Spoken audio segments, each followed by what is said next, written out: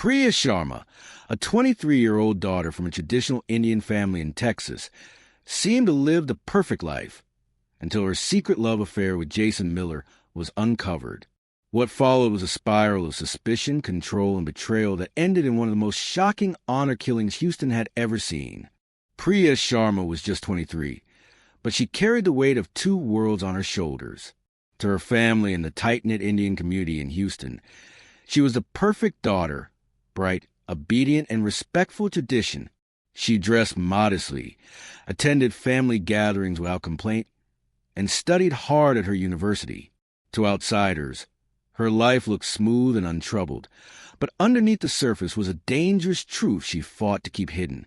Priya had fallen in love with Jason Miller, a fellow student in her biology class. He was kind, ambitious, and attentive in ways that made her feel truly seen, yet he was someone her family would never accept.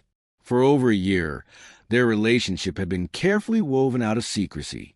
They met in quiet corners of campus, exchanged whispered words between classes, and stole moments in cafes far from her neighborhood. Their phones were lifelines, buzzing with messages that had to be deleted before anyone could notice. Every kiss, every smile, carried both joy and fear.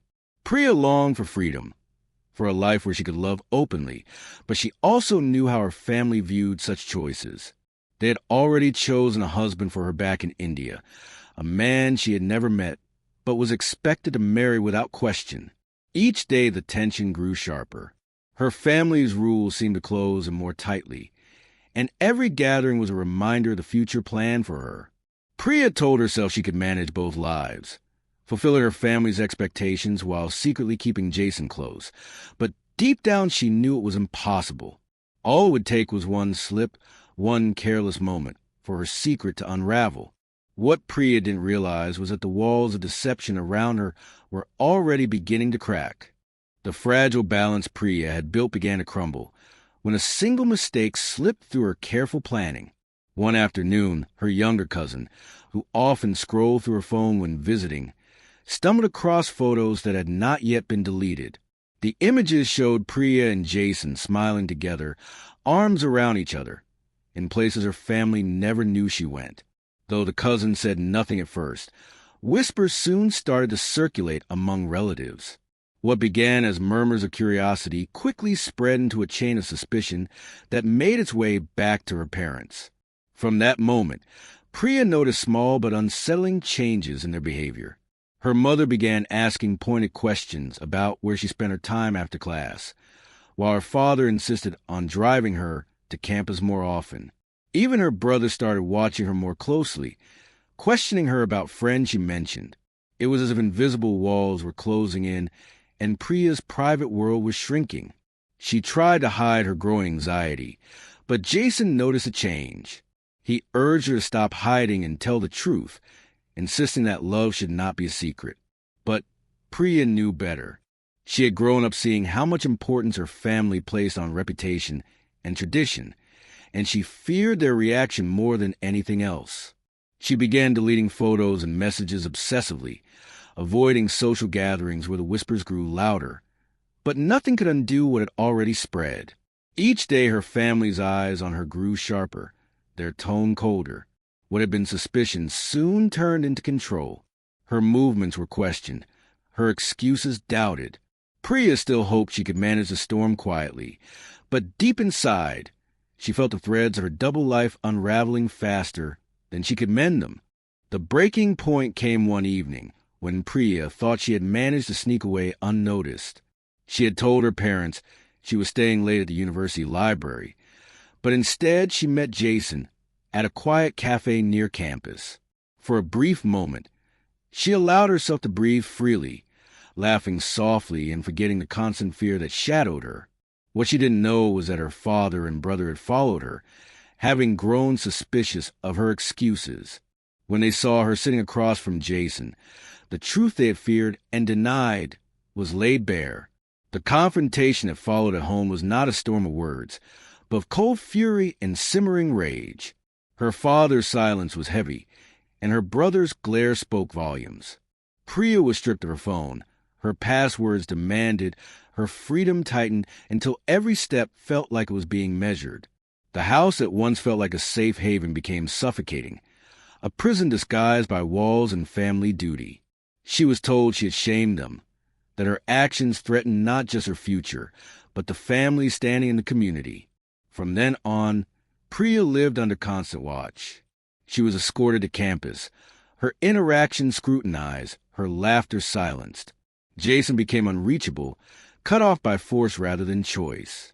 The word honor was thrown around like a sentence, a justification for every harsh look and controlling action.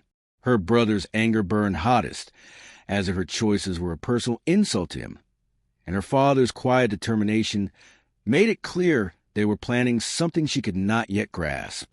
What Priya once thought of as an endless balancing act had collapsed completely. She no longer had two lives. She had only one, and it was closing in on her with terrifying speed. 2 weeks after the confrontation, Priya disappeared without warning. At first, her absence seemed almost ordinary. Friends thought she was overwhelmed by schoolwork, while professors assumed she was taking time off. But as days stretched into a week, her silence grew impossible to ignore. Jason, who had been desperately trying to reach her, grew frantic. His calls went unanswered, his messages unread. Knowing the fear she carried about her family, he went straight to the police to file a missing persons report. When investigators knocked on the door of the Sharma household, they were met with carefully rehearsed answers. Her parents insisted that Priya had returned to India for a family matter, but when detectives asked for proof of airline tickets or passport stamps, none were produced. Her brother claimed she had left voluntarily, saying she was embarrassed and didn't want to see anyone. But the inconsistencies were glaring, and the lack of evidence raised suspicion. Police began to dig deeper. They checked airports, bus stations, and border crossings, but found no sign of Priya leaving the country. Surveillance from the university parking lot showed her last known presence, walking toward her car after class. The car was later found abandoned not far from her neighborhood, keys still inside. To investigators, the evidence pointed to something darker than a runaway. Meanwhile, Jason refused to stop searching. He shared Priya's story online, hoping someone might know something, but the silence was deafening. Friends and classmates started speaking up about Priya's unhappiness at home, describing her fear of being caught with Jason. The image of the obedient daughter began to crumble under scrutiny, replaced by the portrait of a young woman living in quiet desperation. For detectives, the family's vague answers and growing hostility became the clearest sign, yet that Priya had not simply vanished. She had been taken from her life. For weeks after Priya's disappearance, the truth emerged in the most chilling way possible. A pair of hikers exploring a wooded area on the outskirts of Houston stumbled upon something unusual protruding from the earth. At first, they thought it was animal remains, but as they looked closer, the horrifying reality set in. It was human. Authorities were called immediately, and within hours, the site was swarming with investigators. The shallow grave was unearthed, and inside lay the decomposed body of a young woman. Forensic experts quickly confirmed what everyone feared. It was Priya. The discovery sent shockwaves through the community. The condition of her body revealed the brutal nature of her death. Marks on her neck showed clear signs of strangulation, and fractures suggested she had been struck repeatedly before her life was taken. The brutality was undeniable, and the shallow grave suggested panic and haste in disposing of her. Detectives turned their attention back to the Sharma family, now under a heavy cloud of suspicion. Evidence began piling up. A receipt for a shovel purchased at a local hardware store traced back to her brother. Cell tower records placed her father's phone near the wooded area on the night Priya vanished. Forensic teams combing the family's vehicle found soil particles matching the burial site, along with faint traces of blood in the trunk. Each new discovery cut through the family's claims of innocence, painting a picture of premeditation and cold resolve. The image of a respected, traditional household crumbled as the investigation revealed what lay beneath.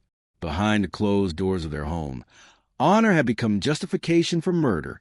What began as whispers of suspicion now hardened into undeniable proof that Priya's life had been taken by those who were meant to protect her.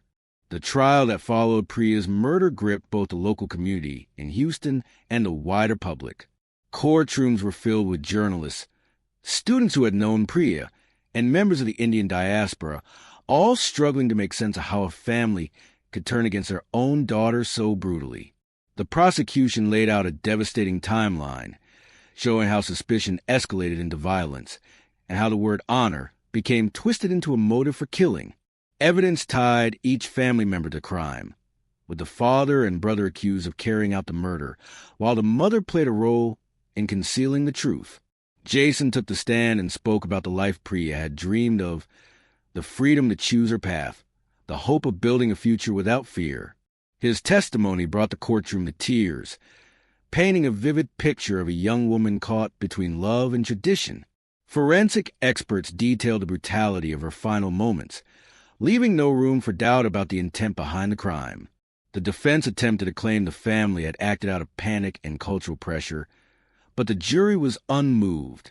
The verdict was swift and unanimous, guilty on all counts. Her father and brother were sentenced to life imprisonment without parole, while her mother received a lengthy sentence for her role in the cover-up. The ruling sent a strong message, yet the weight of justice fell hollow compared to the life lost. Priya's story became a haunting symbol of the dangers faced by those trapped between cultural expectations and personal freedom. In vigils held at her university, candles lit the night as friends remember her laughter and kindness. Though her life was stolen, her memory became a rallying cry against silence, control, and the violence hidden behind closed doors.